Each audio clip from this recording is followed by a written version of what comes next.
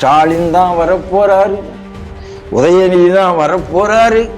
அவர் வர்ற நேரத்துல இந்த வளைவுல வெங்கடேசன் திராவிடர்களுடைய உருட்டை பத்தின புத்தகத்தினுடைய அட்டைப்படம் இருக்கக்கூடாது. என்ன சரி, உன் மூஞ்ச அச்சடிக்கிறதுக்கா நாங்கள்லாம் வரிப்பணம் கொடுக்குறோம்? இந்த மூஞ்ச பார்த்துட்டே இருக்கிறதுக்கு நாங்க வரிப்பணம் கொடுக்குறோமா? ஆகையினாலதான் மாணவர்களுக்கு பார்த்த உடனே எரிச்சல் வந்து எல்லாத்தையும் கிழிக்கிறாங்க. திமுக அரசாங்கம் என்ன செய்தாலும் காரியத்துல கண்ணு வழியடா தாண்டவ கூனைன்னு ஒரு பாட்டு உண்டு. அத மாதிரி யாரு பண்ணினாலும், இஸ்லாமியர்களே பண்ணினாலும் அங்கேருந்து தனக்கு என்ன வரவு வரும்? நவாஸ் கனியை பண்ணா நவாஸ் கனி என்ன அங்கேருந்து பிடிங்கி தருவாரு? கிறிஸ்டியானிட்டியில யாராவது ஒருத்தர் போட்டாங்கன்னா டயோசிஸ்ல இருந்து இவன் என்ன பிடிங்கி தருவான் அப்படிங்கறதெல்லாம் தெளிவா பார்த்துட்டு தான். இதை விட பைத்தியக்காரத்தனம் இருக்கவே முடியாது. அவங்க வந்து எலெக்ஷன், நீங்க என்ன நம்ம ஊர்ல நாம சொல்றோம்ல, ஆம்புலன்ஸாக இல்லை, அதுலயும் கடத்தல் நடக்குதுன்னு நம்ம ஒரு சந்தேகம். அங்கேருந்து வெளிநாட்டிலேருந்து உள்ள வரான், தங்க கடத்தலை எங்கெங்கெல்லாமோ வச்சுட்டு வரான். நம்ம கற்பனை கூட பண்ண முடியாத அளவுக்கு உடல் பாகத்திலேயே வச்சுட்டு வரான். பார்க்கணும் அது எப்படி? அப்ப இந்த நாட்டினுடைய வளங்கள் எப்படி கொள்ளையடிக்கப்பட்டது? அந்த ஒருத்தர் சொன்னாரு, இந்த நாட்டினுடைய வளங்கள்ல உங்களுக்கு தான் ஃபர்ஸ்ட் பிரியாரிட்டின்னு ஒருத்தர் சொன்னார். ஒரு பிரைம் மினிஸ்டரே சொல்லி தொலைச்சாரு. அப்ப எந்த அளவுக்கு மற்றவங்களாம் காசு கொடுப்பான், நீங்க காசு கொடுக்க மாட்டீங்க. மற்றவங்களாம் குடும்ப கட்டுப்பாடு பண்ணுவான், நீங்க பெற்று தொலைப்பீங்க. என்னையா இது நியாயம்?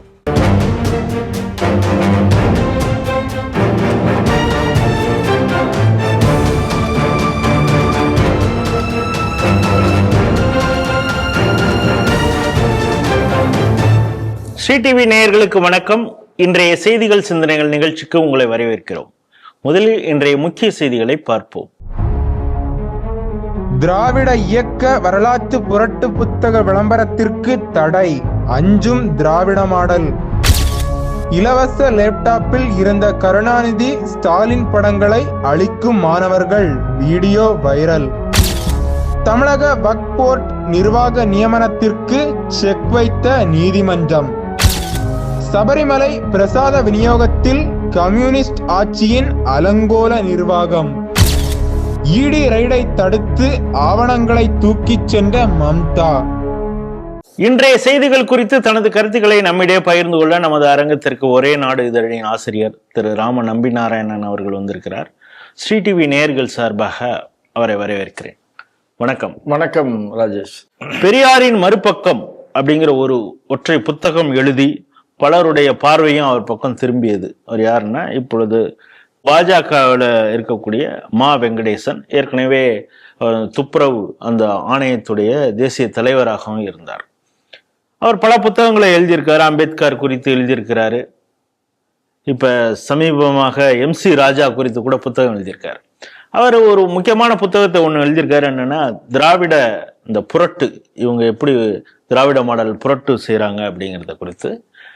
இது இப்பொழுது இந்த விற்பனைக்கு டிஸ்பிளேல இந்த 49வது புத்தக கண்காட்சியில வைக்க இருக்கிறாங்க. ஸோ இதை வந்து டிஸ்பிளே வைக்கிறது, என்னென்ன புத்தகம்லாம் வந்து நாங்கள் எங்கே விளம்பரம் பண்ணுவாங்கல்ல, இதில் என்னன்னா அந்த புத்தக காட்சியுடைய அந்த வளைவு, அதிலேயே இந்த புத்தகம் குறித்து ஒரு டிஸ்பிளே அந்த விளம்பரம் மாதிரி வச்சிருக்கிறாங்க. இதை பார்த்த உடனே இங்க இருக்கக்கூடிய திராவிட மாடல் ஜோம்பிகளுக்கு அப்படின்னு தான் சொல்லணும், அவங்க எல்லாரும் உளுந்து கடிப்பாங்க. அவங்க உடனே ஒரு வளைவுல இப்படி ஒரு விளம்பரம் வைக்கலாமா? முதல்வர் இன்று இந்த துவக்க நிகழ்ச்சியில கலந்து கொள்ள போகிறார், பப்பாசி உடனே அதை நீக்க வேண்டும் அப்படின்லாம் ட்விட்டர்ல ஒரே ட்ரெண்ட் பண்ண உடனே அவசரமாக பப்பாசி ஊழியர்கள்லாம் சேர்ந்து அந்த ஏற்கனவே இருந்த அந்த படத்தின் மீது புது ஸ்டிக்கர்லாம் ஒட்டியிருக்கிறாங்க. ஒரே ஒரு புத்தகம், அதுல வந்து லட்சக்கணக்கான புத்தகம் அங்க இருக்க போது, எல்லாமே திராவிடத்தை சொல்லக்கூடிய புத்தகங்கள் தான் இருக்க போகுது. ஏன்னா ஆல்மோஸ்ட் இவங்களை துதிப்பாடிகளாக பல பேர் எழுதின புத்தகங்கள் தான் இருக்க போகுது. அந்த ஒரு புத்தகத்தை கண்டு ஏன் இந்த திராவிடத்திற்கு இவ்வளவு அச்சம்? முதல்ல சகோதரர் வெங்கடேசனுக்கு என்னுடைய வாழ்த்துக்களை தெரிவித்துக் கொள்கிறார். இந்த புத்தகம் எல்லாரும் வாங்கணும் அப்படிங்கறதையும் ஆமா, இந்த புத்தகம் மட்டுமல்ல, மா வெங்கடேசனுடைய எல்லா புத்தகங்களுமே வாங்கி படிக்கக்கூடியவைதான். ஏன்னா ஒரு ஆய்வு நோக்கத்தோடு ஆதாரம் இல்லாமல் எந்த புத்தகமும் அவர் வெளியிடுவது இல்லை. இப்போ அவர் அம்பேத்கர் பத்தி எழுதியிருக்கார், ஹிந்துத்துவ அம்பேத்கர்னு எழுதியிருக்கிறார். யாருக்கும் இதுவரைக்கும் அதுக்கு பதில் சொல்ல முடியாது. அம்பேத்கரை சொந்தம் கொண்டாடக்கூடிய இன்னைக்கு இருக்கிற திராவிட கட்சிகளோ இல்ல திருமாவளவன் கட்சியோ காங்கிரஸ் கட்சியோ யாரும் அதுக்கு பதிலே சொல்ல முடியாது. அதே மாதிரி அவர் எப்போ பிரபலமானார்னா பெரியாரின் மறுபக்கம் புஸ்தகத்துலதான். அதை தொடர்ந்து ஏற்கனவே நெல்லையமுனி ஐயா கண்டுகொள்வோம் கழகங்களை எழுதினார். அதுக்கப்புறம் நம்ம தமிழறிவு மணியன் அதே மாதிரி ஒரு புஸ்தகம் எழுதினார். இந்த திமுகவினுடைய வரலாற்றை 2 புத்தகமா மலர்மன்னன் எழுதியிருக்கிறார். இது எல்லாருமே படிச்சீங்கன்னா எவ்வளவு. கேசி லட்சுமி நாராயணன் அவரும் கேசி லட்சுமி நாராயணன் ஒன்று எழுதியிருக்காரு. இவங்கெல்லாம் அது குறிப்பாக மலர்மன்னன் புஸ்தகத்துல அண்ணாவும் ஈவேராவும் ஒத்தர எப்படி சாணி அள்ளி எரிஞ்சாங்கிறதெல்லாம் அந்த 20 வருடங்கள் முக்கியமான அந்த 20 வருடம் எல்லாமே இருக்கும். அதே மாதிரி தம்பி வெங்கடேசனுடைய எழுத்துக்கள் ரொம்ப அந்த சாப்டர்லாம் சின்னதாக இருக்கும். அதை படிச்ச உடனே இப்ப நான் படிச்சேன்னா நான் கோடிட்டு தான் அதை படிச்சிருப்பேன். அதே மாதிரி நம்ம சுப்பு திராவிடமாயி, அவருக்கு பேரே திராவிடமாயி சுப்பு. இவருக்கு பேர் பெரியாரி மறுபக்கம் வெங்கடேசன் தான் ரொம்ப காலம். இப்ப மா வெங்கடேசன் திராவிடமாயி சுப்பு 3 பக்கம். அவரும் அந்த சின்ன சாப்டரா எழுதி அழகா தோலுரிச்சிருப்பார். சுப்புவும் துக்ளக்கில் எழுதினார், அப்புறம் மா வெங்கடேசன் துக்ளக்கில் எழுதினார். ஆனா நம்ம தமிழ் கூறும் நல்லுலகத்தினுடைய மீடியாக்கள் முக்கியமான விஷயத்துக்கு மா வெங்கடேசனை கூப்பிடவே மாட்டாங்க. எனக்கு கூப்பிட தெரிஞ்சு போயிரும்ல, அதுதான் பிரச்சனை. இல்ல சொல்றப்ப அதை நான் திரும்ப சொல்லிடுறேன், அதை இடைமறிச்சாலும் பரவாயில்ல. கருப்பழனியப்பன் ஒரு ப்ரோக்ராம் பண்ணிட்டு இருந்தார். அந்த ப்ரோக்ராம்ல ப்ரோக்ராமே இப்ப அம்பேத்கருடைய இதை பத்தி பேசுறதுதான். அது சம்பந்தமா புத்தகம் எழுதிய இவர் வரக்கூடாதுங்கிறது ஒரு நிபந்தனையோட அந்த ப்ரோக்ராம் நடத்தினாங்கிறதையும் நம்ம சேர்த்து பார்க்க வேண்டியதா இருக்கு. ஏங்க, கருப்பழனியப்பனை ஈரோடுல ஓட விரட்டி விட்டாங்க. எதுக்காக? RSS பத்தியும் மகாத்மா காந்தி கொலையை பத்தியும் பொய் சொன்னார்னு. அதாவது சிலருக்கு வாயை திறந்தாலே பொய் சொல்றது அப்படின்னு இருந்தா அதுல கருப்பழனியப்பன் ஒண்ணு, நம்ம மதுரை MP சு வெங்கடேசன். எனக்கு அந்த வாயில என்னைக்காவது ஒரு உண்மையாவது வருமானு எனக்கு ஆச்சரியமா இருக்கும். இப்படிலாம் எல்லாத்தையுமே மாத்தி எப்படி பேச முடியும்னா, அப்போ கம்யூனிஸ்டுங்கிறது எந்த அளவுக்கு குணம் கெட்டவர்களாக சிந்தனை வக்கரித்தவர்களாக இருப்பார்கள்ங்கிறதுக்கு அவர் ஒரு உதாரணம். இப்போ நம்ம வெங்கடேசன் விஷயத்துக்கு வருவோம். அதாவது இன்னைக்கு நேற்று புத்தக கண்காட்சி திறப்பு விழா. நம்ம முதல்வர் ஸ்டாலின் பேசினார். என்ன பேசினார்? 2 பேர் சந்தித்து கொண்டால் நீங்கள் கடைசியாக படித்த புத்தகம் என்ன, அப்படிதான் பேசணும். அந்த அளவுக்கு புத்தகங்களை பத்தி ஒரு ஆர்வம் வரணுமா. ரொம்ப சந்தோஷமா இருக்கு எனக்கு பேசினது. நான் RSS பாசறையில வந்தவன். நான் இந்த சங்கத்துக்குள்ள வர்றதுக்கு எனக்கு வந்த பிறகுதான் அறிமுகம் என்று வந்தது. பாஸ்கர் ராவண ஒரு பெரியவர் இன்னைக்கு இல்லை. அவர் எப்ப என்ன பார்த்தாலும் முதல்ல நம்பி கடைசியா நீ படிச்ச புத்தகம் என்னன்னுதான் கேட்பார். அப்படித்தான் நாமும் வளர்ந்தோம். அது நல்ல விஷயம்.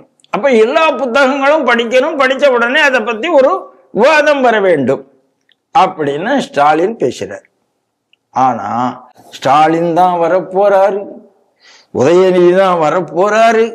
அவர் வர்ற நேரத்துல இந்த வளைவுல மா வெங்கடேசன் திராவிடர்களுடைய உருட்டை பத்தினும் புத்தகத்தினுடைய அட்டைப்படம் இருக்கக்கூடாது. சரி, நான் கூட ஏதோ யூடியூப் ரூட்டர்ஸ் கத்திட்டு போகுது, கம்யூனிஸ்ட் கட்சி திராவிட பெரியார் இயக்கம் கத்திட்டு போகுது, இதெல்லாம் பப்பாப்சி எடுத்துடாது. ஏன் எடுத்துடாதுன்னா, தாமரை பிரதர்ஸ் மீடியா தான் அதை பிரிண்ட் பண்ணது. உங்களுக்கு தெரியும், தாமரை பிரதர்ஸ்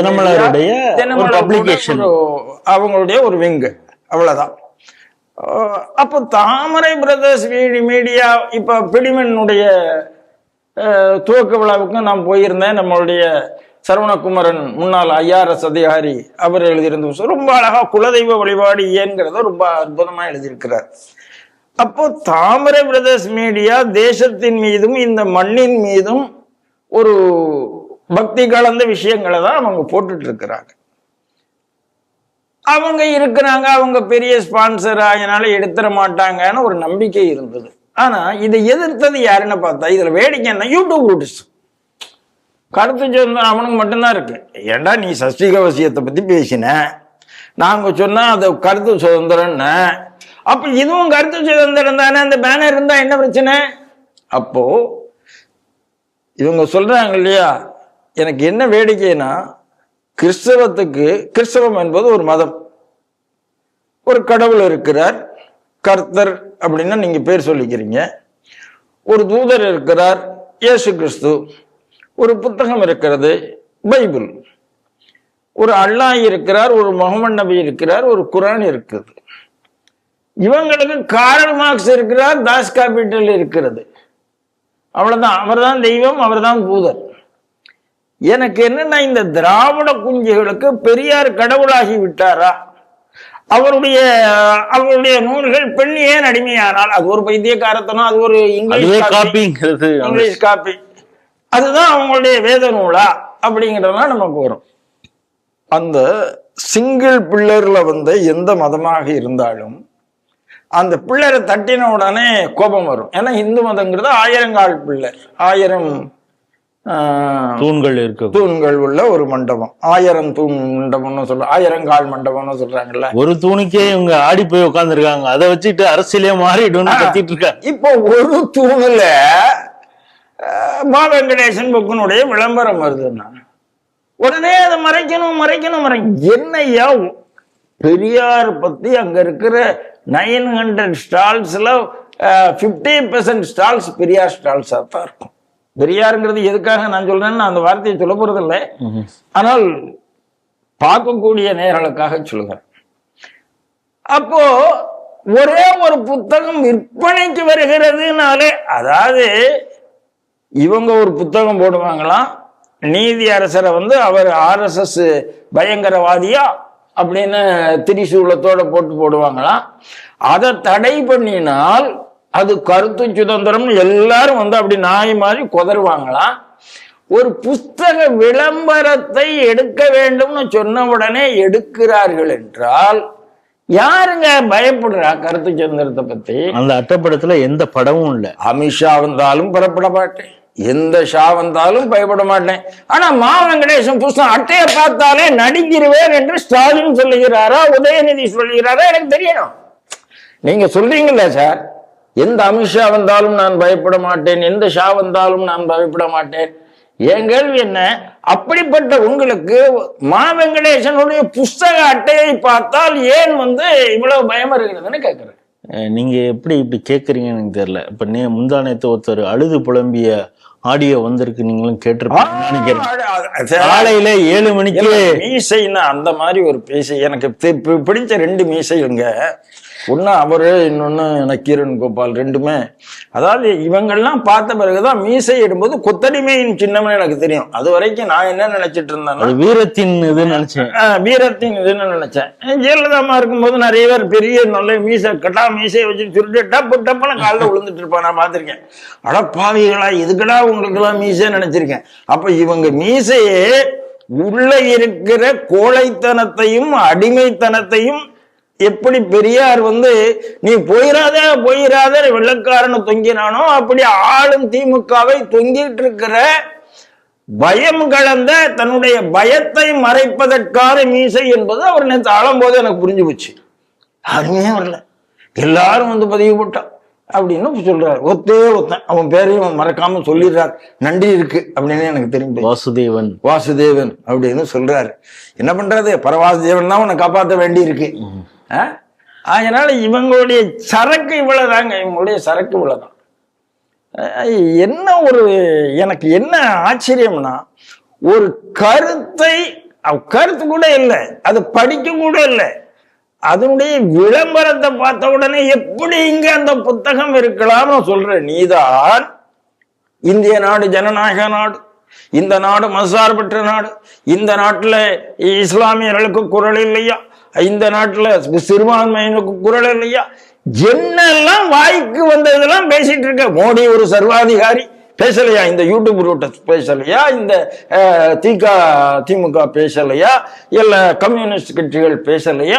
அப்ப என்னன்னா, இவர்களை விட மோசமான சர்வாதிகாரிகள் இருக்கவே முடியாது என்பதைத்தான்.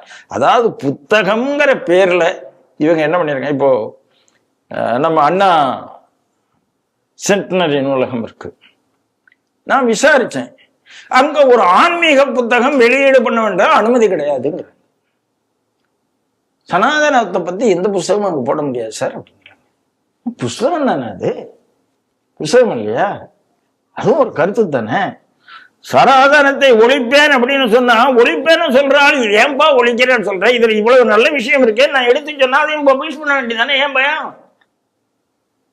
அப்ப இவர்கள் ஆட்சியில இவர்களுக்கு வேண்டாதது எதுவுமே இருக்கக்கூடாது. திருப்பரங்குன்றத்திலையும் பார்த்துட்டோம்.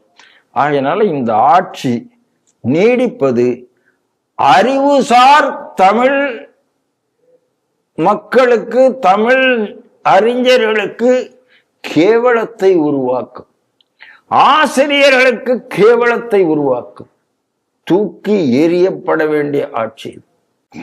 முதல்வர் ஸ்டாலின் அந்த பொங்கல் தொகுப்பு, அந்த 3000 ரூபாய் பணம் கொடுக்கறது, இதெல்லாம் தொடங்கி வச்சிருக்கிறாரு. அது ஒரு பக்கம். அந்த பணத்தின் மூலமாக, அந்த தொகுப்பின் மூலமாக சந்தோஷமாக பொங்கலை கொண்டாடுங்கள் அப்படின்னு. அதில் நம்ம கூர்ந்து கவனிக்க வேண்டியது, எப்பொழுதும் புத்தாண்டு வாழ்த்து சொல்லுவாங்க, தமிழ் புத்தாண்டு. அது இந்த தடவை திடீர்னு அவங்கள அறியாமலே இது காணாம போயிடுச்சு. அந்த பிரிண்டிங்லேயும் அது இல்லை அப்படிங்கிறது ஒரு பக்கம். அதுக்கப்புறம் துரைமுருகன் இது குறித்து வேற ஒரு இடத்துல பேசுறாரு.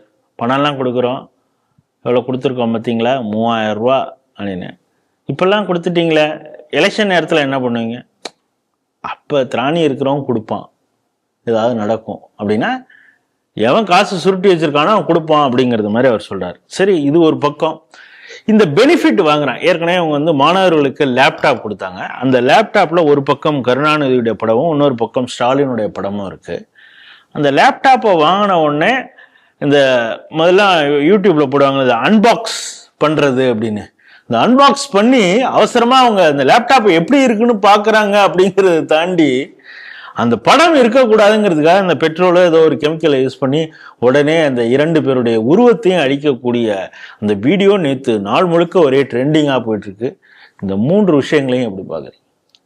கொஞ்ச நாளைக்கு முன்னாலதாங்க இந்த வந்தே மாதரம் டிபேட் நாடாளுமன்றத்தில் நடந்தது.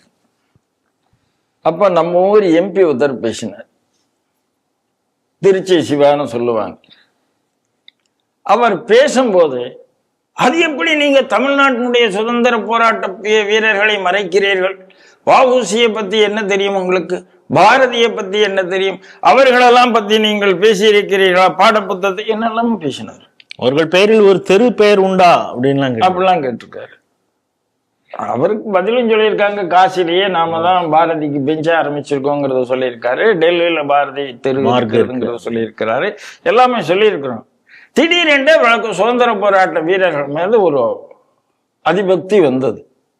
இப்ப நான் என்ன கேட்கிறேன், அப்பதான் நம்மளுடைய முன்னாள் மாநில தலைவர் அண்ணாமலை அவர்கள் பதில் சொல்லும் போது சொன்னார், அதெல்லாம் நீங்க தானே செய்யல, எல்லாத்துக்குமே உங்க அப்பா பேரை வைக்கிறதுக்கு தான் இந்த கவர்மெண்டே இருக்கு அப்படிங்கறத அண்ணாமலை ஓங்கி பதில் சொல்லியிருந்தார். ஏன்னா 80 கோடியில நீங்க கடல்ல காசு போடணும், பேனா வைக்கணும்னு யோசிச்சதுல இருந்து எல்லாத்திலும் கருணாநிதி ஸ்டிக்கர், மத்திய அரசினுடைய திட்டங்கள்ல மாநில அரசாங்கத்தினுடைய திட்டம், அதுலயும் ஒரு கலைஞர், அப்படி எல்லாம் சொல்லிருக்கீங்க.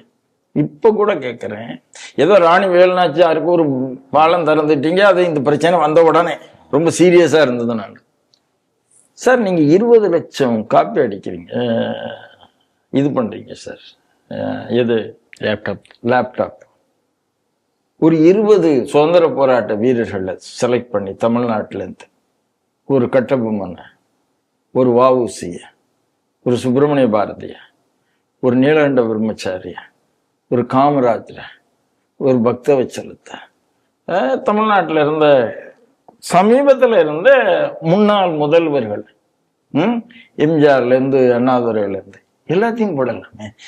20 லட்சத்தையும் உங்க அப்பா பேரு உன் பேரு என்ன வரணுமா?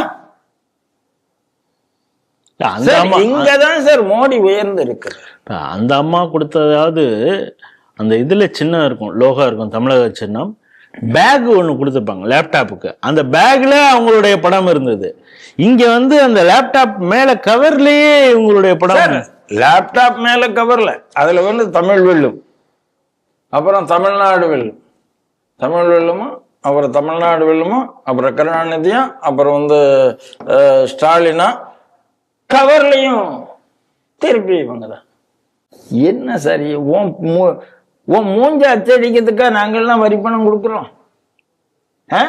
இந்த மூஞ்ச பார்த்துட்டே இருக்கிறதுக்கு நாங்க வரி பணம் கொடுக்குறோமா? ஆகையினாலதான் மாணவர்களுக்கு பார்த்த உடனே எரிச்சல் வந்து எல்லாத்தையும் கிழிக்கிறாங்க சார். யாரும் அதை பண்ணல, ஒரு சிலர் பண்ணாங்க, அதுவும் செய்தியாச்சு, இல்லைன்னு சொல்ல முடியாது. ஆனா இந்த மாதிரி லார்ஜ் ஸ்கேல்ல வந்த உடனே ஜங் ஜங்னு சொல்லிட்டு அதுக்கு மேல வேற ஏதாவது ஒட்டணும் அப்படிங்கிறது என்னைக்குமே வந்ததே இல்லை. அப்ப எந்த அளவுக்கு நீங்க தான் சொல்றீங்க தமிழ்நாடு வெல்லும், அது வெல்லும், தமிழ் சாதாரண பள்ளிக்கூடம் போகக்கூடிய மாணவர்களுக்கு, இளம் மாணவர்களுக்கு உங்க முகத்தை பார்த்தா அது பிச்செடியணும் தோணணும்னா எந்த அளவுக்கு கோபம் இருக்கும்?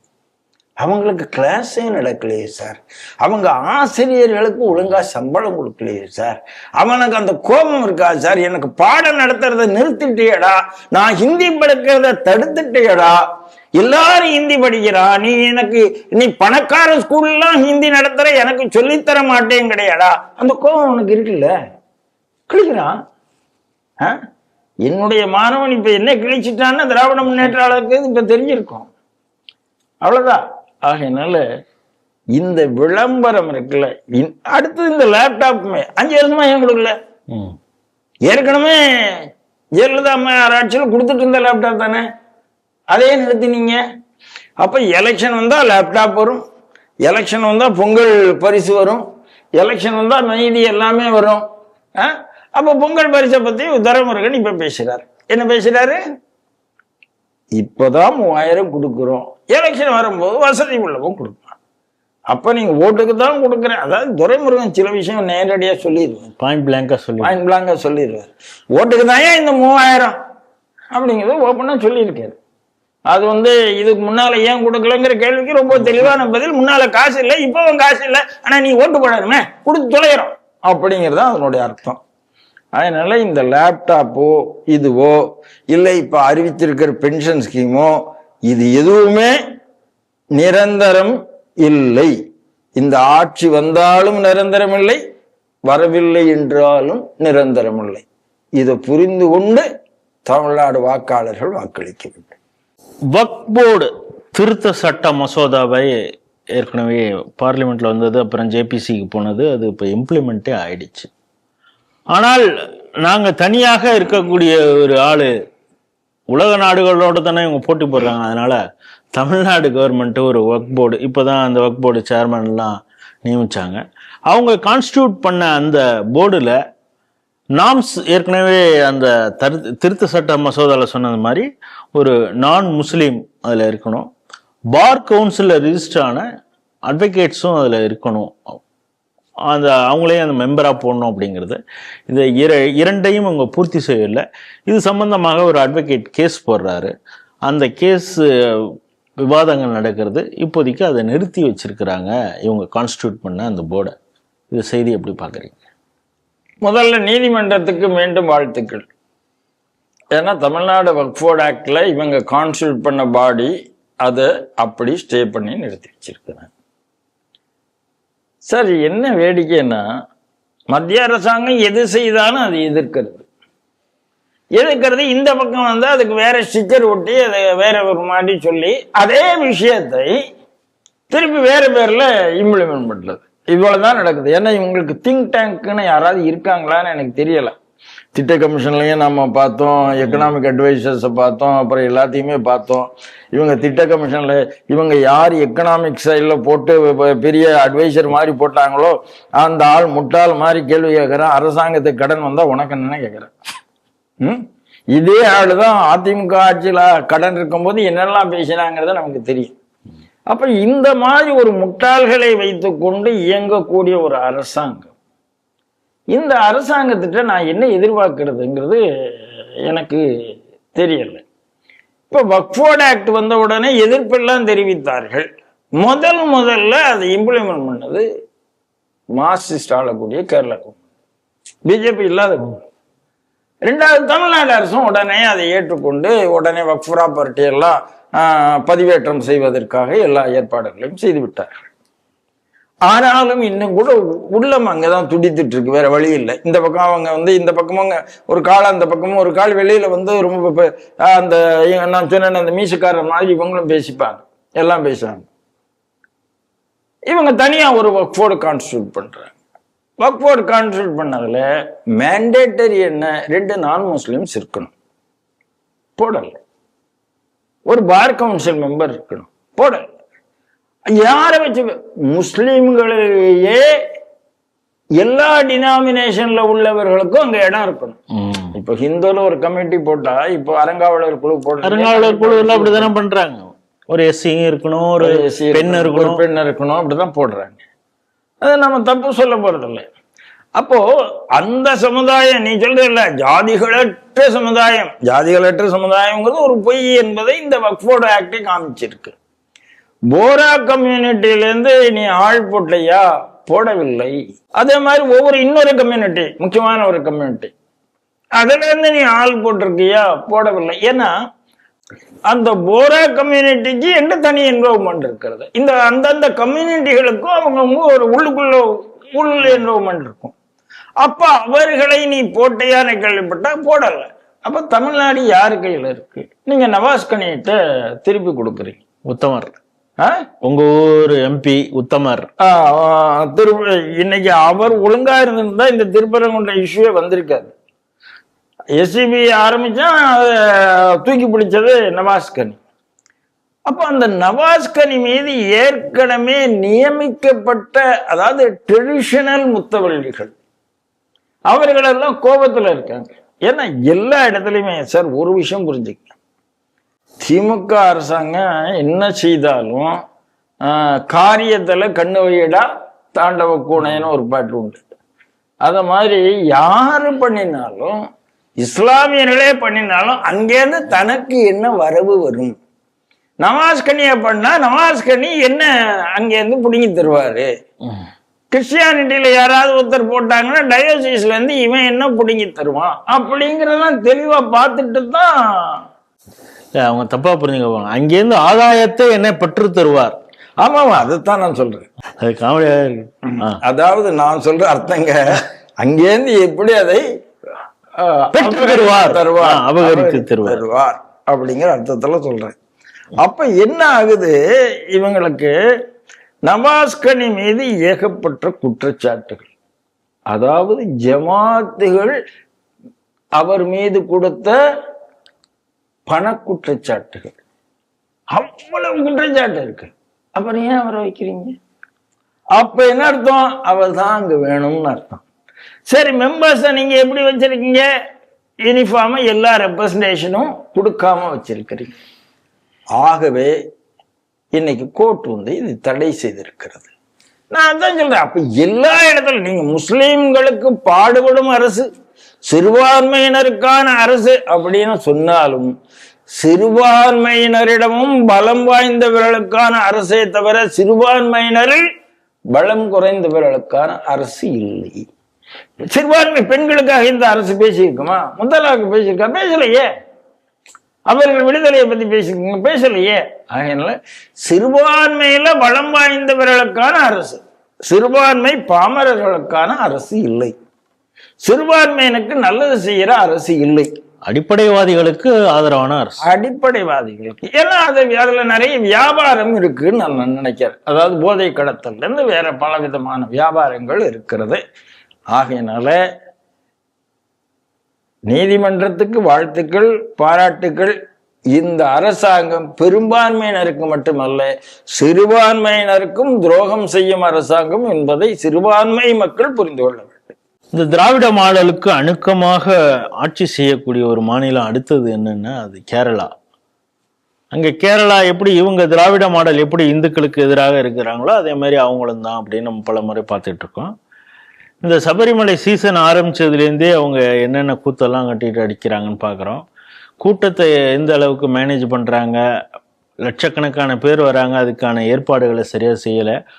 அதே போல் பக்தர்கள் போகிற இடத்துலலாம் அங்கே கட்டுமான பணிகளை வேணும்னே இப்போ தான் தொடங்கியிருக்கிறாங்க. அவங்க நடந்து போகிற இடம் கூட சிக்கலாக இருக்குது அப்படிங்கிறது சொன்னாங்க. அதுக்கப்புறம் பாக்டீரியா, அமீபா இந்த பிரச்சனைகள்லாம் இருக்குது, அதனால பம்பையில் வந்து மூக்கை புத்திக்கிட்டு குளிங்க அப்படின்னு சொன்ன அந்த இதெல்லாம் பார்க்குறோம். இப்போ அடுத்தது என்னன்னா, முக்கியமாக இப்போ நமக்கு தெரிஞ்சவங்களே ஐயப்பன் கோயிலுக்கு போயிட்டு இப்போ அந்த அரவணம் பிரசாதம் இருக்கா அப்படிம்பாங்க. நெய் அவங்க வந்துன்னா அவங்களே பிரசாதமாக கொடுக்கறதெல்லாம் உண்டு. இப்போ என்ன ஆச்சுன்னா, இவங்க சரியான அந்த இதில் மேனுஃபேக்சர் பண்ணாதனால, டிஃபெக்ட்னால கிட்டத்தட்ட 16 டன் அரவண பிரசாதம் தேங்கி கிடக்கு. அதை தூக்கி தான் விட்டு எறியணும். அந்த பிரசாதம் வந்து சரியான வகையில் செய்யப்படலை. அந்த ரேஷியோ சொல்லுவாங்களே, ஜீனி இவ்வளோ இருக்கணும் இவ்வளோ. ஸோ இந்த அரவண பிரசாதத்தை சரியான ரீதியில் தயார் செய்யலை. அந்த ரேஷியோ ஜீனி சேர்க்கறது, வெல்லம் சேர்க்கறது, அந்த இதெல்லாம். அதனால வந்து அது சீக்கிரமே கெட்டு போச்சு. இப்போ அப்படியே கிடக்குது, அது வேஸ்டாக தான் போச்சு. இதை தூக்கி தான் இனிமேல் எரியணும் அப்படிங்கிறது. இதனால கிட்டத்தட்ட 1.6 கோடி அது வீணாக போயிட்டது அப்படின்னா. சரி, இது இப்படி தான் அப்படின்னா, அந்த நெய் இங்கேருந்து பக்தர்கள் எடுத்து போய் நெய் கொடுப்பாங்க, அங்கே வந்து அபிஷேக நெய்யை கொடுப்பாங்க அப்படிங்கிறது. அந்த அபிஷேக நெய் திடீர்னு காணாம போச்சான். அது கிட்டத்தட்ட ஒரு 60 லட்சம் மதிப்பு அது இருக்குங்கிறாங்க. இந்த திராவிட மாடலை எல்லாத்தையும் அவங்க காப்பி அடிக்கிறதுனால இதையும் அதே போல் அவங்க செய்கிறாங்களா அப்படிங்கிற ஒரு கேள்வி இப்போ எல்லாருக்கும் வர ஆரம்பிச்சிருக்குது. அதாவதுங்க, சபரிமலைக்கு 18 முறை யாத்திரை பண்ணியிருக்கேன் நான். இறைவன் 19வது கரெக்டாக 18ஓட நீ நிறுத்திக்கப்பான்னு சொல்லியிருக்கேன். ஆனால் இன்னும் ஒரு தடவை நான் போகணும்னு ஆசைப்படுறேன்.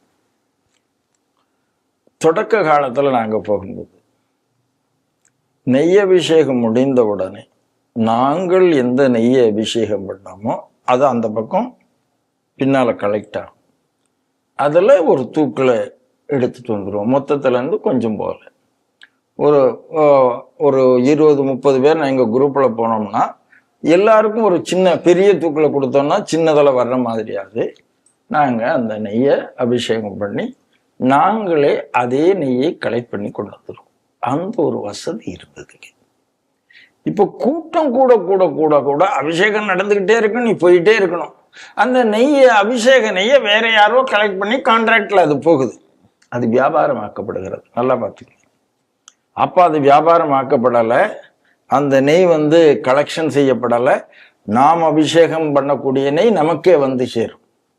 அப்படி இருந்த காலகட்டம் தான் 80கள், 90கள். எப்போ இது மாறித்துங்கிறத நீங்கள் பார்க்கணும். எப்போ மாறிச்சுன்னு எனக்கு தெரியாது. அப்போ இப்போ அபிஷேகம் முடிஞ்ச உடனே அபிஷேகம் நடந்துகிட்டே இருக்கணும், நீங்கள் போயிட்டே இருக்கணும். அதை கலெக்ட் பண்ண முடியாது. அந்த டோக்கனை வைத்துக்கொண்டு வெளியில் வந்து அந்த டோக்கனை கொடுத்து பதிலுக்கு நீங்கள் அபிஷேக நெய் என்று அவர்கள் கொடுக்கிற ஒரு நெய்யை வாங்குறீங்க. அந்த நெய் சுவாமிக்கு அபிஷேகம் செய்யப்பட்ட நெய்தானா அப்படிங்கிறதே தெரியாது. இன்னைக்கு பல பிரசாத ஸ்டால்ல நைவேத்தியம் பண்ணப்பட்ட பிரசாதம் தானா நமக்கு தெரியாதுங்கிற மாதிரியே இன்னைக்கு கொடுக்கக்கூடிய அபிஷேக நெய் தானா என்பதற்கு எந்த உத்தரவாதமும் இல்லை. ஆனா இதை மாறி மாறி காங்கிரஸ், கம்யூனிஸ்ட் கட்சிகள் கொண்டு வந்திருக்காங்க. பக்தர்கள் அங்கேருந்து எது கிடைச்சாலும் அந்த பிரசாதம் தான் அப்படின்னு உயர்ந்த மனநிலையில் இருப்பதால், நான் அவங்களை ஏமாளையெல்லாம் சொல்லலை, எல்லாருக்கும் தெரியும். பக்தர்களுக்கு உயர்ந்த மனநிலை இருப்பதால் அவங்க ஏந்து கொடுக்கறது ஒரு பாட்டில் இதெல்லாம் ஒரு 2 துளி அபிஷேக நெய்யை சேர்த்தா கூட அது அபிஷேக நெய் என்று ஏற்றுக்கொள்ளக்கூடிய உயர்ந்த மனநிலை இருப்பதால் அதை அவர்கள் வாங்கிக் கொள்கிறார்கள். இப்ப என்ன வேடிக்கைன்னா, அது அபிஷேக நெய் இல்லை என்ற அந்த சாங்டிட்டி குறைந்ததன் காரணமாக அது வெளி மார்க்கெட்டில் விற்பனை செய்யப்படுகிறது. ஏன் திருட்டுத்தனம் வருதுன்னா, அதனுடைய புனிதத்துவம் இல்லைன்னு நீ குறைச்சிட்டல. அப்பதான் வெறும் திருடர்கள் மட்டும் நாம சொல்லக்கூடாது. அதாவது திருடத்துக்கு முன்னால ஒரு ஹோலிஸ்டிக்கா இருக்கிற விஷயத்தை அந்த இதை குறைச்சாதான் இப்போ தங்கம் திருடுவீங்க அப்படின்னா தெய்வத்தின் மீது உள்ள நம்பிக்கையை குறைச்சா தான் தங்கத்தை திருடுவீங்க.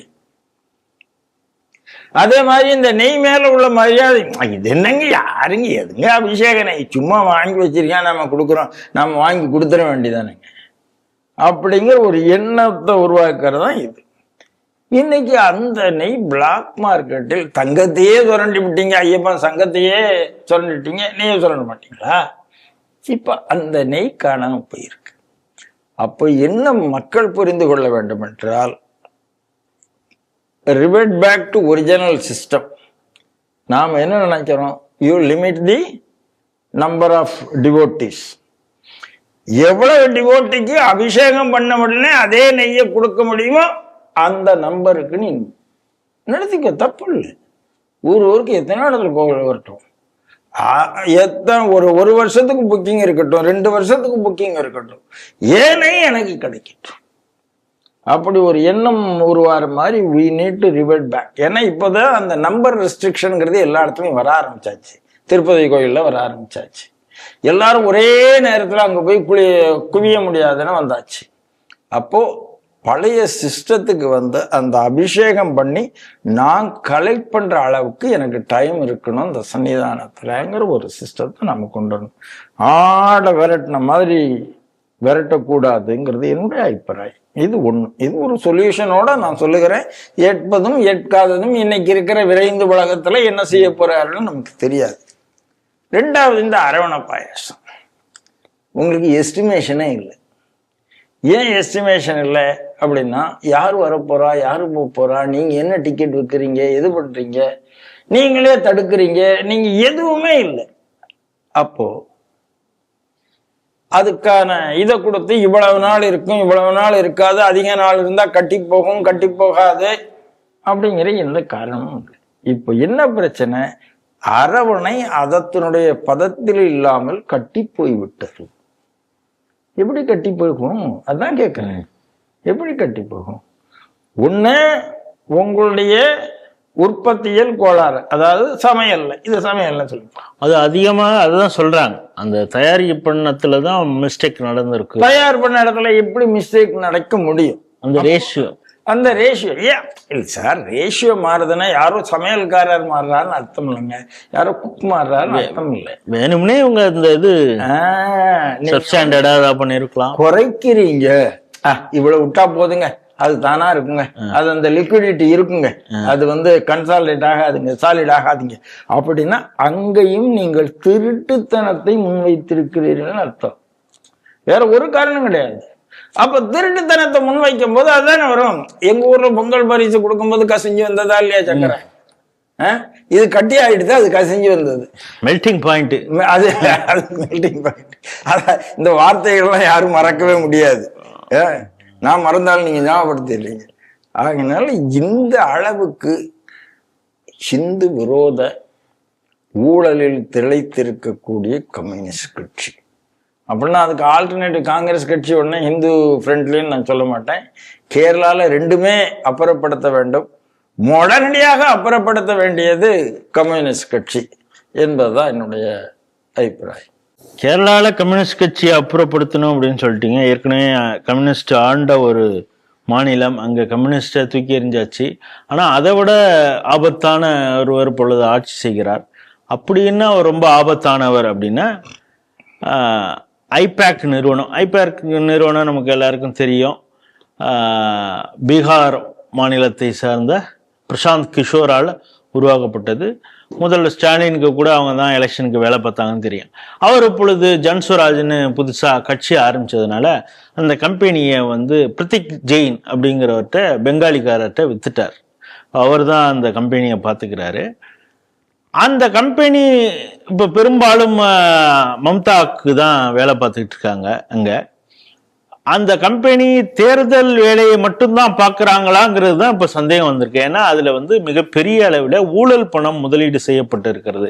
குறிப்பாக நிலக்கரியில் அதில் நடந்த பெரிய ஊழல், அந்த பணம் எல்லாம் இதில் தான் இன்வெஸ்ட் பண்ணியிருக்காங்க. கண்டுபிடிச்சி இடி அங்கே ரைடு பண்ணுறாங்க. காலையில் 7 மணிலேருந்து ரைடு நடக்குது. திடீர்னு பார்த்தா ஒரு 11-12 மணிக்கு வந்து போலீஸார் புடைசூழ உள்ளே வந்து மம்தா பானர்ஜி, இவங்க அந்த ரெய்டின் மூலமாக கண்டுபிடிச்ச ஹார்ட் டிஸ்கா இருக்கட்டும், கம்ப்யூட்டர், இது என்னென்ன ஆவணங்களையோ தேடி பிடிச்சி வச்சிருந்ததெல்லாம் ரெக்கவர் பண்ணி வச்சிருந்தது. அந்த அம்மா ஏதோ இதுக்கு வந்தது மாதிரி லூட் பண்ணிட்டு போயிட்டாங்க அப்படின்னு தான் சொல்லணும். திருடி கொண்டு அபகரித்து சென்று விட்டார். ஆனா அதுக்கு முன்னாலே அவங்க பிரஸ் மீட்ல என்ன சொல்றாங்கன்னா, உங்களுடைய உள்துறை அமைச்சரை ஜாக்கிரதையா இருக்க சொல்லுங்க, அடக்கி வைங்க பிரதமர் அவர்களே அப்படின்னு சொன்னாங்க. ஒரு வாரத்துக்கு முன்னால அமித்ஷா வந்து தேர்தல் பணிக்காக அங்க இருக்கக்கூடிய தலைவர்கள்லாம் மீட் பண்ணும் பொழுது அவர் ஒரு வார்த்தையை சொன்னார். அதை இப்பொழுது நான் ஞாபகப்படுத்தணும். நாங்க நினைச்சிருந்தா நீங்க ஹோட்டல்லேருந்தே கூட வெளியில வந்திருக்க முடியாது அப்படிங்கிற வார்த்தையை சொன்னார். இப்படிப்பட்ட முதல்வர் இருக்கக்கூடிய ஒரு மாநிலம் எப்படி பாக்குறீங்க? இப்ப யூபியில எஸ்ஐஆர்ல 2.5 கோடி வாக்காளர்கள் காணாம வரைவு இதுல இப்ப வந்திருக்கு. வரைவில் வெஸ்ட் பெங்கால்ல அறிவிக்கப்பட்டபடி 52 லட்சம் காணாம போயாச்சு. ஆனால் 1 கோடி பேர் சஸ்பீஷியன் அப்படின்னு இடத்துல வைக்கப்படுகிறார். அதாவது 1.5 கோடி பேர். இந்த அம்மா நான் அதை நடக்க விட மாட்டேன்ல, எதெல்லாமே சேலஞ்ச் பண்ணி குட்டிக்காரன் அடிச்சது ஒன்றும் நடக்கல. இப்போ 1.5 கோடி பேர் இங்கே. இந்த 2ஐயும் 1ஐயும் சேர்ந்தா 4 கோடி. தமிழ்நாட்டில் ஆல்மோஸ்ட் 1 கோடி. 97 lakhsங்கிறது 1 கோடி. கிட்டத்தட்ட இந்த எஸ்ஐஆர் மூலமாக இந்தியாவில் 8 to 9 crore வாக்காளர்கள் காணாமல் போவார்கள் என்று சொல்லப்படுது. அதில் செத்து போனவங்களை விட்டுருங்க, இடம் மாறினவங்க திருப்பி வர்றவங்களை விட்டுருங்க, எல்லாத்தையும் விட்டா கூட இன்ஃபில்ட்ரேஷன் என்று நாம் சொல்லி கொண்டிருந்தோம் இல்லையா? பங்களாதேஷ்லேருந்து உள்ள வந்தவர்கள் இந்தியாவில் 2 கோடி பேர் இருப்பாங்க, 3 கோடி பேர் இருப்பாங்கன்னு வேற வேற கணக்கு சொல்லிட்டு, திருப்பூர்ல 40,000 பேர் இருப்பாங்க, கோயம்புத்தூர்ல 40,000 பேர் இருப்பாங்க, அப்படிலாம் சொல்லப்பட்டது. அதாவது இந்த மாவட்டத்தில் இன்னைக்கு கணக்குப்படி குறைந்தபட்சம் இன்ஃபில்ட்ரேட்டர்ஸ் மட்டுமே 6 கோடி பேர் இருப்பார்கள் அப்படின்னு ஒரு பெரிய ஆபத்து வந்து. இதெல்லாம் முந்தின காங்கிரஸ் அரசாங்கம் அனுமதித்து வந்திருக்கிறது. 10 வருஷமா அந்த சிஐஏ வந்தது. சிஐஏ கூட அது கூட மற்ற பிறருக்கு குடியுரிமை கொடுக்க வந்ததுதான், யாருக்கும் குடியுரிமை என்ஆர்சி வரக்கூடாதுன்னு அப்ப தடுத்ததும் கூட இதுவும் ஒரு காரணம். என்ஆர்சி வரக்கூடாது. ஆகினால ரொம்ப அழகா ஸ்மார்ட்டாக எலெக்ஷன் கமிஷன் என்ஆர்சியை எலெக்ஷன் கமிஷன் மூலமா வேறு விதமாக செய்திருக்காங்க. அரசாங்கம் செய்ததான் நாம் சொல்ல முடியாது. சொன்னா அப்புறம் எலெக்ஷன் கமிஷன் ஸ்டாச்சுட்டரி பாடின்னு ஆரம்பிச்சிருவாங்க. ஆனால் ரொம்ப தெளிவாக இந்த இன்ஃபில்ட்ரேட்டர்ஸ்க்கு இப்போ ஆப்பு இல்ல இதுல சொல்றதுல என்ன, இப்போ காங்கிரஸ் கொண்டு வந்ததுதான் ஆதார். ஆமா, அந்த ஆதார்ல கிட்டத்தட்ட 47,000 கோடி செலவு பண்ணியிருந்தாங்க. நந்தன் நில்கேனி அவர் தான் அந்த ப்ராஜெக்ட் எடுத்திருந்தது. அந்த நேரத்துல பாஜக அதை எதிர்த்தது. ஆமா, அதுக்கப்புறம் அவரே பாஜகவை பாராட்டினாரு. இதை எப்படி யூட்டிலைஸ் பண்றதுன்னு அதுக்கப்புறம் மோடி இவ்வளவு செலவழிச்சாச்சு, அதை தூக்கி குப்பையில போடக்கூடாதுங்கிற எண்ணம் இருந்தது, பாசிட்டிவா யூஸ் பண்ணணுங்கிற எண்ணம் இருந்தது. இப்ப இந்த 6 கோடி பேர்ல வெஸ்ட் பெங்கால்ல எத்தனை கோடி பேர் இருந்திருப்பார்கள்? இப்போ 1 கோடின்னு சொல்றோம். அப்போ இந்த அம்மா பயப்படுதில்லை. இந்த அம்மா 2 காரியத்துக்காக பயந்துருக்கு. நீங்க இந்த அம்மா ஒண்ணும் இல்லைங்க, இதே இன்ஃபில்ட்ரேட்டர்ஸ் பில் வந்த போது தொடக்கத்துல அவர்கள்தான் வெஸ்ட் பெங்காலுக்கு ஆபத்து என்று சொல்லி பார்லிமெண்ட்ல சண்டையை போட்டு அந்த கார்டே கொடுக்கணும் சொல்லி அப்படி அந்த கிணறுன்னு சொல்லுவாங்க, வெள்ள அங்க போய் கிழிச்சு எரிந்துட்டு வந்த வீடியோ இப்ப கூட வைரல் ஆயிட்டு இருக்கு. யாரு? மம்தா பண்ண வீடியோ. எப்போதும் அந்த அம்மா எக்ஸ்ட்ரீமா தான் போகும். தானே பாதுகாப்புக்கு ஊர்வலம் நடத்தினது, பெண் பாதுகாப்புக்கு அந்த மெடிக்கல் காலேஜ். இப்ப என்ன பண்ணிட்டு நேரடியாக தானே போய் இடி ரைட் இருக்கிற இடத்துல இடி கைப்பற்றின பில்லை பிடுங்கி கொண்டு வந்து விட்டது. அப்பனா என்ன அர்த்தம்னா, அல்டிமேட்டா வேற யாரும் பண்ண முடியாதுங்கிற பயம் அதுக்கு வந்தாச்சு. வேற யாரும் அனுப்பினாலும் அதுக்கு நம்பகத்தன்மை இல்லைங்கிற எண்ணம் வந்தாச்சு. இதை விட பைத்தியக்காரத்தனம் இருக்கவே முடியாது. அவங்க வந்து எலெக்ஷன், நீங்க என்ன நம்ம ஊர்ல நாம சொல்றோம்ல, ஆம்புலன்ஸாக இல்லை, அதுலேயும் கடத்தல் நடக்குதுன்னு நம்ம ஒரு சந்தேகப்பட்டோம். அங்கேருந்து வெளிநாட்டிலேருந்து உள்ள வரான், தங்க கடத்தலை எங்கெங்கெல்லாமோ வச்சுட்டு வரான். நம்ம கற்பனை கூட பண்ண முடியாத அளவுக்கு உடல் பாகத்திலேயே வச்சுட்டு வரான் பார்க்குறோம். அப்போ அந்த மாதிரி நேரடியாக அந்த இடம் எலக்டோரல் ஒரு இன்ஸ்டிடியூஷன், ஒரு ஐபேக் என்பது ஒரு தேர்தல் ஆய்வு மையம் உங்களுக்கு உதவி பண்ணுது. அவர்களை அதை தவிர நீங்க வேலை செய்ய வைத்திருக்கிறீர்களா என்றால் ஆம் அப்படிங்கிறது அந்த ஊழல். அப்ப அந்த ஊழலுடைய அங்க வேற யாரு போறா? ஒரு கம்பெனிக்காக போய் இந்த அம்மா எதுக்கு இது பண்ணணும்? அப்போ அந்த கம்பெனில போய் அதை எடுக்கிறாங்கன்னா அது ஊழல் தான். ரெண்டு விஷயம் இருக்கு. ரெண்டாவது எங்க டேட்டாவை எடுத்துட்டாங்கிறாங்க. அப்படி என்ன டேட்டா அதுல ரகசியமா இருக்கும் போது எனக்கு ஒன்றும் புரியல. அதுல எங்க ஓட்டர்ஸ்ல சார் எலெக்ஷன் கமிஷன் உங்களை பிஎல்ஏ ரிஜிஸ்டர் பண்ணி தான் வாங்குது, ஓட்டர்ஸை கொடுக்க தான் செய்யுது. அதுல உங்க இது நீங்களே உங்களுடைய பார்ட்டியினுடைய மெம்பர்ஷிப்னா அது ஒரு அதுல ரகசியம் இருக்க போதுன்னு சார். உங்க பார்ட்டியினுடைய மெம்பர்ஷிப்ல என்ன ரகசியம் இருக்க போகுது? உங்க பார்ட்டியினுடைய பிஎல்ஏக்கள்ல என்ன ரகசியம் இருக்க போகுது? அப்போ அது எங்களுடைய ரிஜிஸ்டர் அப்படின்னா என்ன அர்த்தம்னா ரெண்டே விஷயம். எத்தனை இடத்துல நீங்க கள்ள ஓட்டை திணித்து இருந்தீர்கள் அப்படின்னு உங்களுக்கு ஒரு பயம் வந்திருக்கலாம். இதெல்லாம் வாங்கிட்டு போனதுனால அமித்ஷா ஜெயிச்சிருவாரா? ஜெயிக்க மாட்டார். மக்கள் உங்க கூட இருந்தா எப்படி சார் அமித்ஷா ஜெயிப்பார்? அப்போ நீங்க தவறு பண்ணி இருக்கிறீர்கள், பயந்து போய் எடுத்திருக்கிறீங்க. இன்னைக்கு அது கல்கத்தா உயர் நீதிமன்றத்தில் எடுத்துக்கொள்ளப்படும் என்று நாம் இப்ப பேசிட்டு இருக்கோம். எந்த நேரத்தில் எடுத்துக்கொள்ளப்படும் என்பது நமக்கு தெரியாது. எடுத்துக்கொள்ளப்படும்னு என்ன பொறுத்தளவுல இது ஒரு பறிமுதல் செய்த குற்றம் அப்படிதான் பார்க்கிறேன். எப்படி மத்திய அரசாங்கத்தினுடைய துறை ஒரு நடவடிக்கை எடுக்காமல் தடுப்பது என்பது ஒரு குற்றம். நீங்க எல்லாத்தையும் பண்ணலாம். நம்ம தமிழ்நாடு அரசு பண்ணலையா? சிஎஸ்எஃப் போகக்கூடாதுன்னு தமிழ்நாடு போலீஸ் வைக்கலையான்னு. அதாவது இந்த ஆளும் எதிர்கட்சி மாநிலங்கள் செந்தில் பாலாஜி ரைடு போறப்ப பெண்கள் அவங்க வந்த காரெல்லாம் உடைச்சாங்க, கண்ணாடியை உடைச்சாங்க, பென் டிரைவ் பிடிங்கிட்டு போனாங்க. ஆமா, அதெல்லாம் பார்த்தோம். அதனால பாக்குறோம் சார். பஞ்சாப்ல மோடியவே இறங்க விடலையே சார். நீங்க என்ன அவங்க பண்ணீங்க? அதனால அந்த விரக்தி இருக்குல்ல, உங்களுடைய எண்டு கேம் அப்படின்னு தான் பாக்குறேன். இது மம்தாவினுடைய எண்டு கேம் அப்படின்னு நான் இதை பார்க்குறேன். அதனால இதுக்கு மேல் மமதாவுக்கான வாழ்க்கை இல்லை. எனக்கு இன்னைக்கு இருக்கிறல எஸ்ஐஆர் வந்ததுனால ரெண்டு காரணம். எஸ்ஐஆர் வந்ததன் காரணமாக நிறைய பேர் இப்ப திரும்பி போறாங்க. இந்த வக்ஃபா பற்றி வந்தது காரணமாக நிறைய ஆக்கிரமிப்புகள் எடுக்கப்பட்டு நிறைய பேர் தெருவில் நிற்கிறார்கள். எல்லாம் ஆக்கிரமிப்பு. அதை விட மோசம் என்னன்னா, பல ஆண்டுகளாக எலக்ட்ரிசிட்டியே கொடுக்காமல் இருந்திருக்காங்க. அது எப்படி? அப்ப இந்த நாட்டினுடைய வளங்கள் எப்படி கொள்ளையடிக்கப்பட்டிருக்காங்க? அது ஒருத்தர் சொன்னாரு, இந்த நாட்டினுடைய வளங்கள்ல உங்களுக்கு தான் ஃபர்ஸ்ட் பிரியாரிட்டின்னு ஒருத்தர் சொன்னார். ஒரு பிரைம் மினிஸ்டரே சொல்லி தொலைச்சாரு. அப்ப எந்த அளவுக்கு மற்றவங்களாம் காசு கொடுப்பான், நீங்க காசு கொடுக்க மாட்டீங்க.